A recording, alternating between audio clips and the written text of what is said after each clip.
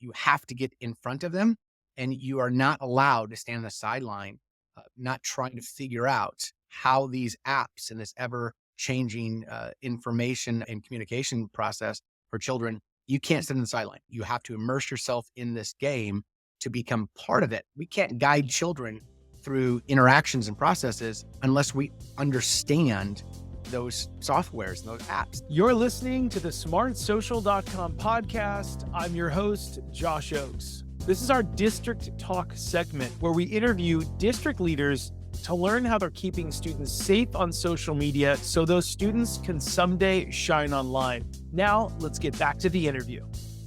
Hello, I am Dr. Adam Ehrman, located here in Bourbonnais, Illinois, about 45 minutes south of Chicago.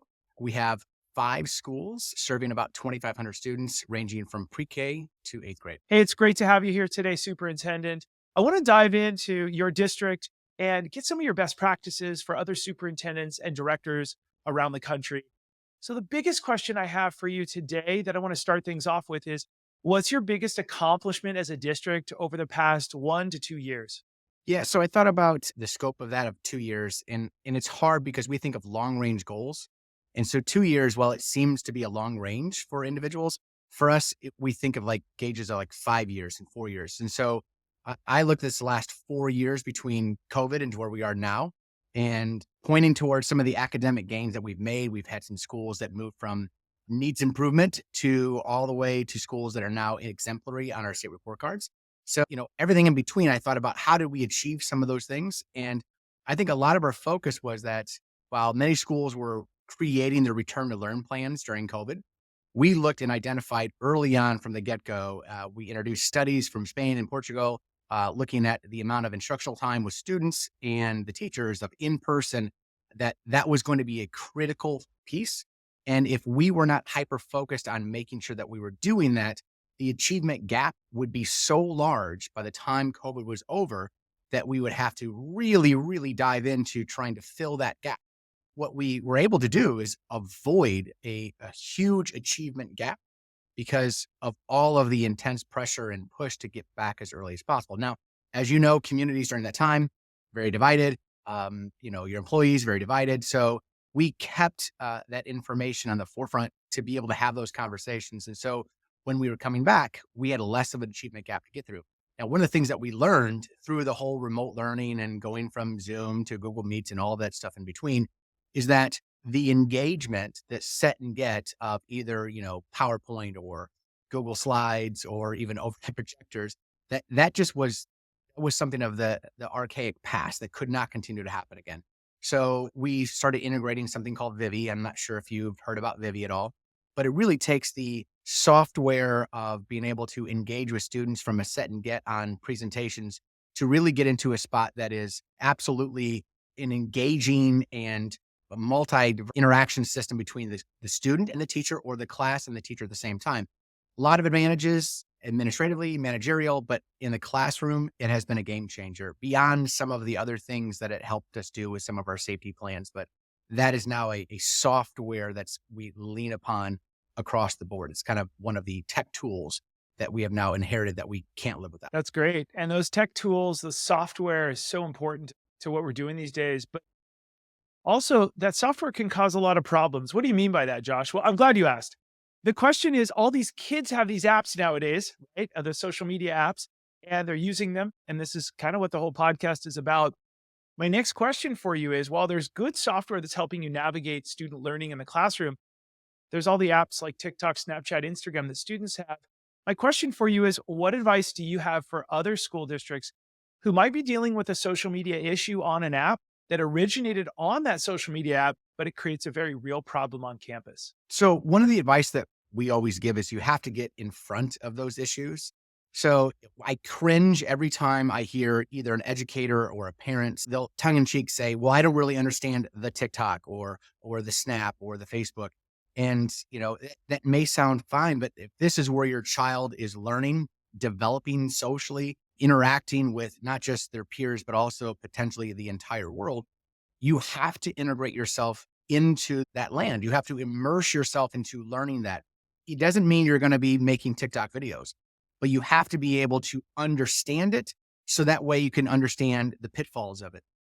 Not just protecting your child for, the interactions, but also we've also told them there's some good things about it too. You can see your child create and become things that maybe you didn't know they were. I've heard parents say, I didn't realize my child was such an extrovert on some of these social media platforms, that they were quiet in the classroom, quiet at home, and they see them make some goofy Snapchat video or those things. And then we have a major push on understanding the digital footprint, because when you and I were going through school, a lot of the things that we did were rumors. Who knows if they took place, because there's not actually a digital archived record of all of those things. And so when we've had some of these conversations, whether it's in parent universities or having conversations with parents individually, or even throughout some of our newsletters that we push out to them, is that understanding that digital footprint is important. Now, when we start thinking about the social media apps, there's a lot of things that we've tried to address specifically, of the behaviors, interactions that kind of develop outside of school with those apps, and then bring themselves into school and creates a nexus of problems that we have to work with. And we've had some solutions and some success on those, but we continue to operate in the landscape of the social media apps that are ever evolving. But my overall advice would be, you have to get in front of them, and you are not allowed to stand on the sideline, not trying to figure out how these apps and this ever changing information and communication process for children. You can't sit on the sideline. You have to immerse yourself in this game to become part of it. We can't guide children through interactions and processes unless we understand those softwares and those apps and all of those. So well said. I mean, I love that. Get ahead of it. Be where your kids are at, is what you're saying. In addition, as many educators are saying, is if your kids are on TikTok, YouTube, or anywhere else, they're being mentored by these people for 1 to 2 hours a day. So you need to know what they're learning from these mentors, right? One of the things that we're having conversations about, because obviously we have a finite amount of resources, right? I only have so many dollars to put in so many places, and I only have so many minutes with a child, right? In our personnel in front of them. We spend a lot of time thinking about social workers, right? And social working minutes, and making sure that we can kind of clean up some of these issues that are out there and out and about. And a lot of times, some of these things are centered around interactions that have taken place on social media. So we're having some conversations about how much should we put into like STEM teachers or STEAM teachers in the K-3 level, so they could understand what is taking place prior to. One of the analogies I just used at my admin meeting recently was, in high school, we had a shop class and I was a high school principal. And one of the things that we did for the first week was introduce all of the tools and go through all of those tools, the safety issues, the dangers, how to properly use them. And a lot of times we're seeing things that it's just dropped in students' laps, and we presume that they're going to learn how to do them properly. And unfortunately, sometimes that learning process has detriment consequences that we're later cleaning up with, whether it's talking to a social worker or a counselor or the parents. It's just, it almost seems like educational malpractice if we don't try to make sure that they understand these tools prior to using them. Additionally, we're having conversations with our staff. Like, there are certain things that are coming about, and I'm sure we'll have some conversations later about things like AI, about making sure that we as a staff are ready for those technologies so we can introduce them to students. I hate it when I hear an educator say, well, the kids know more than I do about this technology. And I think that's not how this should work. No matter what, we have to be ever present and learning about the things that are going on with our children's lives. That includes social media and technology. It reminds me, just a really quick, brief off ramp, when some of the world's biggest brands have reached out to me over the years, as we are in a bunch of different industries. Education is where we're at, but big companies used to say, will you fly, and will you please keynote this? And one of the biggest questions we'd hear is, hey, back when social media was getting started, we put all of our interns on that because that's where they're at. That's where they speak, and that's what they get. And to all the parents and the superintendents listening right now, that ended wildly terribly. That was, hey, let's let kids that aren't equipped on how to talk professionally talk on our social media channels. And then all of a sudden, that billion-dollar brand was on the news. This happens to superintendents all the time, where they're like, yeah, well, the kids understand how to talk on that stuff.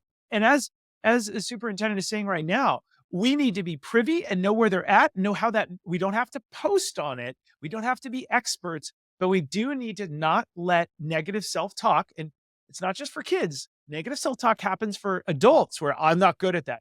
Hey, we need to be there. We need to do that. We need to navigate that world just a little bit. And we can't just outsource it and let kids talk because otherwise we will be on the news and we won't be ahead of it. So 100% it failed for business. And then they had to go, whoa, we need to really harness this. This is our main channel now. And I think that's what districts are going through too, as well as this is where they're all at, our constituents. So I love that, superintendent.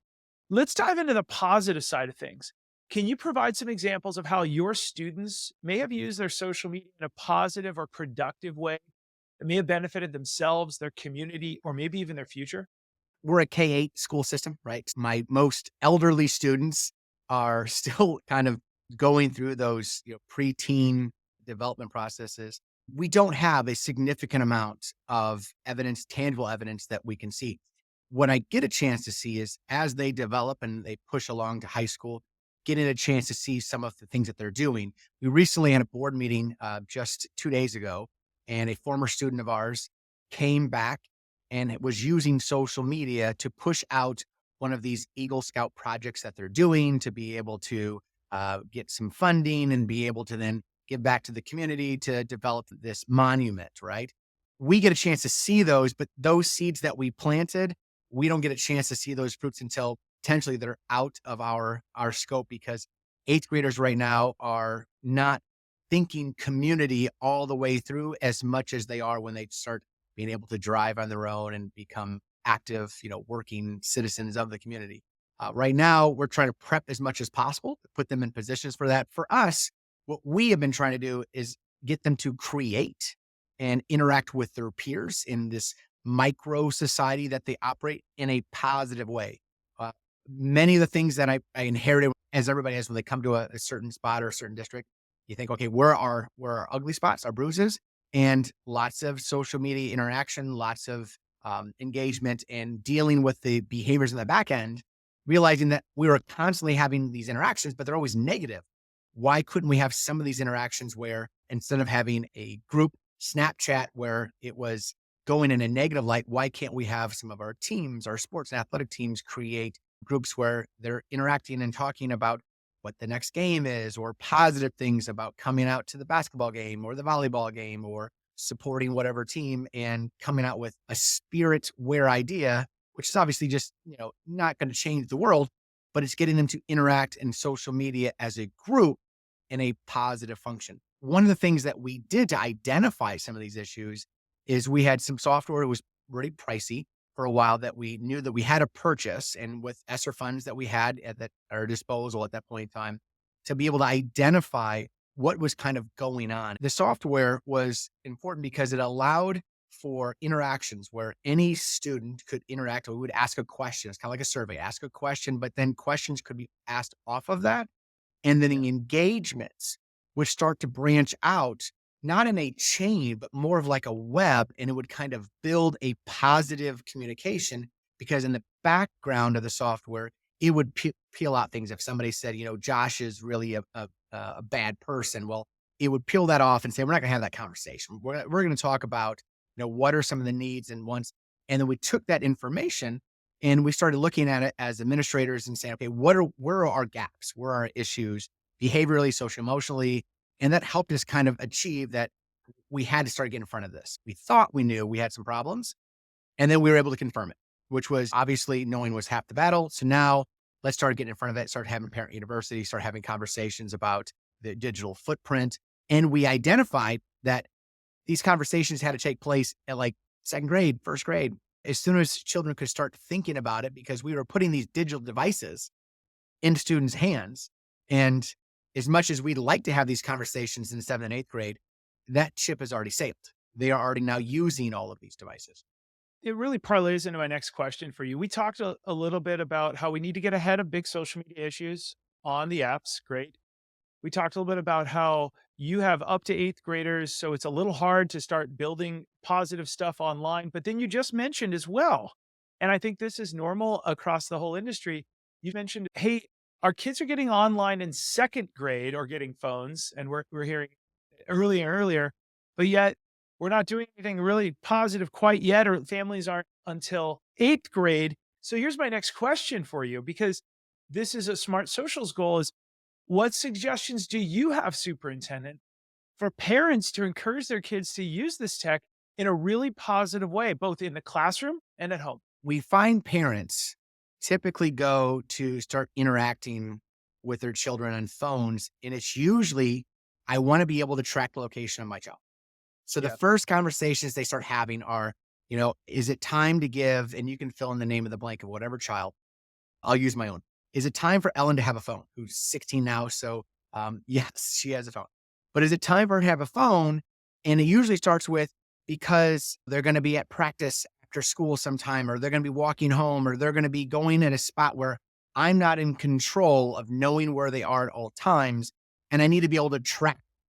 And the sad thing is that as soon as you give them that ability, as soon as you give them this phone and you're thinking about it as tracking, you've used only 0.001% of this phone's capability, and they are going to use, the child's going to use the other 99.9%, which is everything from they could be buying things to watching things to interacting with other humans and adults that they shouldn't be. And why are we waiting until it's that moment of, okay, now the child's expected to use this merely as a tracking device?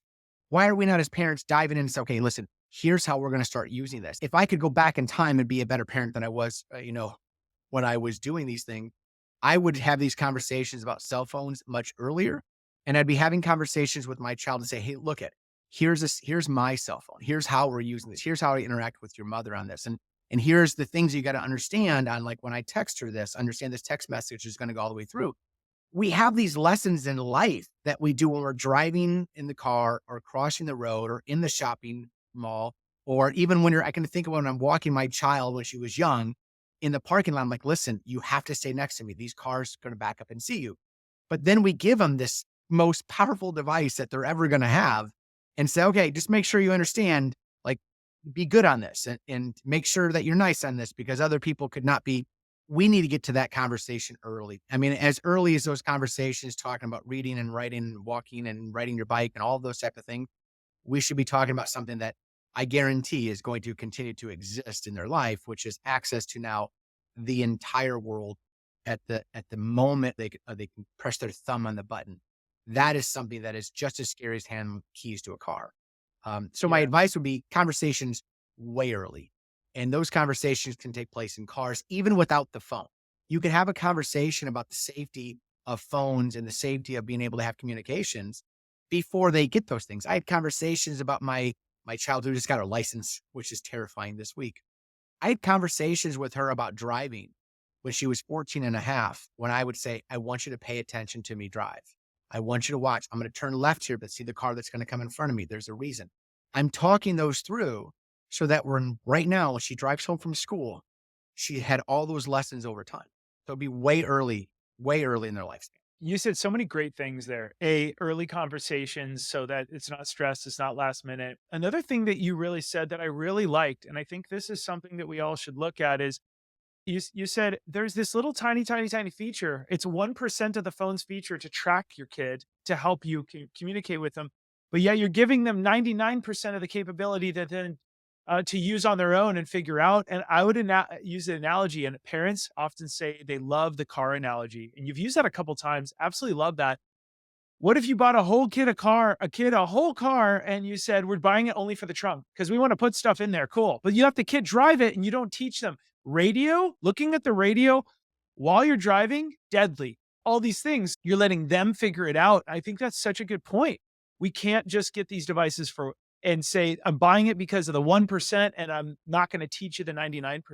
And we've only dove into a small portion of that. We've not talked about the addictiveness of some of these apps. We've not talked about are we creating a compulsion to continually buy things for instant gratification because now all of a sudden Amazon is at the click of their thumb, or Starbucks now, they don't understand money because they can just shine the phone at it and now all of a sudden they get their Starbucks. I mean, there's a lot of other social concerns with this that aren't even being touched upon because we're focusing on bullying or making sure that the bad person doesn't contact my child.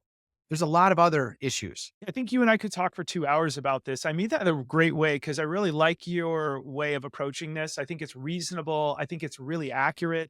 But I'm going to move on to the next Yeah, question yeah. because there's a lot of rabbit holes and I love it because we're really all talking about dialogue and parent engagement. My question is, what are your suggestions for other districts to increase parent engagement? And here's a sub question if you wish to go down this rabbit hole. Are there any specific channels or events that get the biggest turnout, best engagement from parents so that you can build a strong relationship as the district, school, and parents? It is the hardest thing to get because our customers that come every day, which are students, they're they're kind of forced. They have to be here. We actually send up buses to their house to pick them up, and we call them if they don't arrive, right? So that's our typical customer, which is hard then to turn the model around and then reach these other customers, which happen to be the parents that are tired. It's after work time. We're not going to pay them. And some of them don't actually understand the full importance of it. And trying to get them to come to say, hey, come to our parent night, come to our parent university. We're gonna bring food. We're gonna raffle off gift cards. We're gonna make it fun. Sometimes we brought our school resource officer to kind of like, show the dangers of it. Like maybe that is the button that's gonna spark the interest of like, really got to go see this. But it is a very difficult thing to be able to get across the entire population of parents that you want to hit, which is all of them, right? I won't want to hit them all. We are still, I would nowhere want to break my hand, patting our own back of success because we are still getting to a spot of having to identify our gaps of engagement with parents. And on top of that, even if we were to achieve that, we got to continually do it because we get a new set of parents next year that we have to make sure that they understand. Those new kindergarten parents that come in and go, they're a kindergartner. Why would I have to come to worry about this app? This is not going to be important. I think that there's room to grow and improve. My wonder, obviously, is what other help is out there. What other platforms, right? So I'm sure you and I might have some conversations about, smart social and where can they be a helping hand in some of those things because there's only so much we can do. We can offer facilities, we can offer food, we can offer flyers, we can make phone calls, but if we can engage with them where it is most easy, where we can come to them rather than them coming to us, and we've been doing some of those things, but it's like remote learning, right? It's really tough. And now you have an adult that you have to engage with. And some adults, bluntly, they don't want to because they know there's ignorance there. And to expose that to then come to maybe a spot which wasn't so good in their life. Not all parents had great experiences in school.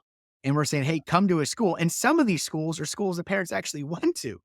So we're like, hey, come to this school that you didn't have a great experience in, and we're going to teach you about how to be a better parent. Like, that's not always an easy sell.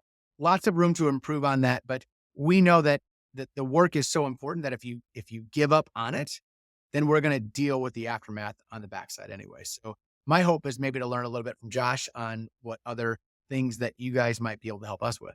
That's amazing. I love your humility. I love where you're going with this. I have one last question. Before we get to that question, shout out to the many superintendents that are listening to this, the parent groups, and the parents all over the country who are currently our partners. I want to thank you from the bottom of my heart. Our incredible team members that do the research for your community to give you the best parent university. We call them parent engagement nights. We love that to bring it home to parents 54 times a year and to also provide modules that you can embed into your parent evening events and all your other existing events. Put a little TikTok module, real teens teaching. Thank you to all of you for making our research team the very, very best. The 54 live events, the teens who are in the program, and also the parent engagement, the parent dialogue starters as well. We're grateful to everybody and shout out to all of you for doing that. We're going strong and we're appreciative of everyone.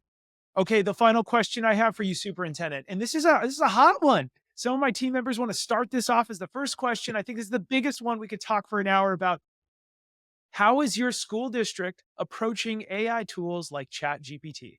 First off, acknowledging we're a K-8 school system, right? So Chat GPT doesn't have the same level of concern as it might for a high school district. However, for us, when we think about AI, our biggest focus right now is understanding that we are hyper focused on the vulnerability of AI videos. So, understanding that children, particularly younger children and parents as well, they believe what they see and they believe what they see and hear a lot.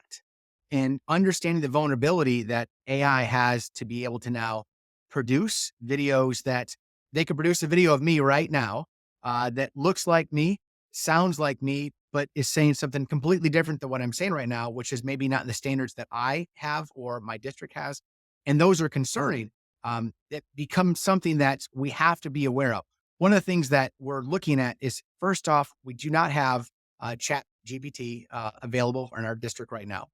We are looking at PD. We're developing right now. We have a tech department and a tech team that just recently had an entire meeting about AI and starting this conversation about what is it? What is it not? And we can go into that rabbit hole if you wanted to. And what do we want it to be here? And those conversations are so critical of developing that PD because we've had certain instances, even though we've been kind of trying to lock it right now until we know what the tool is going to be used for and how we're going to use it. We've had recent incidents of things that were like, well, this is why we have to get in front of this because we had a situation where we have expectations for every teacher that they're going to hand a book in front of a child, whatever book, classic book it is, that they've read it, they understand it because we need to make them available to make decisions that AI can't make for them. Is it age appropriate? Is my class ready for this? Is this the reading level that's going to make sense? Does this content actually help or supplement the curriculum that we're actually teaching? And recently we had a situation where a teacher put the book, because they didn't read it, into AI, had AI spit out whether or not this would be a book that their class should be reading for age appropriateness. It can't really answer that, right? So it's AI is trying to mimic the human brain, but it is not the human brain, right? And it is only obviously so much data that it has access to, and that is going to ever change. So we've been having conversations with teachers to think about this as what is AI? What will it not be? Where does the teacher begin? How is this going to be helpful for their class? And now we're looking and evaluating products that are going to be AI specific for schools. I think about this AI conversation and I go back to actually when I was a graduate assistant and the word Google first came out. And I can remember having the conversation with my professor and I said, "Hey, don't worry, I'm going to Google that." And she said, "I have no idea what you're talking about, but whatever you got to do, bring me the information back." And I remember at that point in time, it was just the wild, wild west, right? Of searching the internet. And now this feels like we are in, Google 2.0 with AI trying to figure out that yes, it's super awesome, but it's going to have some potential pitfalls that we have to be very, very concerned about. So the first one that we are thinking about is the AI videos, trying to mimic us. We get, emails. I'm sure that your company has emails where an email will come out from me that's really not from me asking for gift cards or things of that nature. And we have protections put in place. But imagine now if that's getting sent out to my 300 and some employees and it's a video of me saying, "Hey, I need this or that." And then we're imagine it's getting sent out to the community and it's something for or against, something very red button hot political item that may not be something that we want pushed out there. So PD, where our next goal this next year is to be ready to engage with AI in a manner that we see as helpful rather than let's just find out all of the pitfalls together. It kind of goes back to our getting in front of it.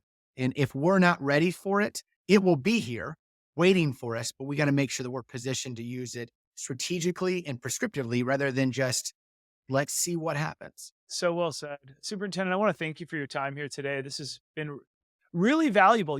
And I genuinely mean that you've had some really good insights here. For the rest of us watching at home, thanks so much for your support of smartsocial.com. As always, our dream is to keep your kids safe on social media so they can someday shine online. And as the title of my book says, make sure to keep it light, bright, and polite because your kids are watching. We'll see all of you on the next episode. Have a great rest of the day. Thanks for listening to our smartsocial.com podcast. I'm your host, Josh Ochs. This was our District Talk segment where we interview school district leaders to learn how they're keeping students safe on social media so those students can someday launch into their future by shining online. This episode was brought to you by our smartsocial.com VIP program. It's called the Very Informed Parent Program, which helps you engage your students with teen-led video lessons. Stay one step ahead with our premium parent newsletter and discover hidden features on trending apps on teens' phones and our 54 plus live parent and student friendly events every single year. You can click on the link below to chat with one of our team members if you want a free pass to our VIP program to support your community with our smartsocial.com resources.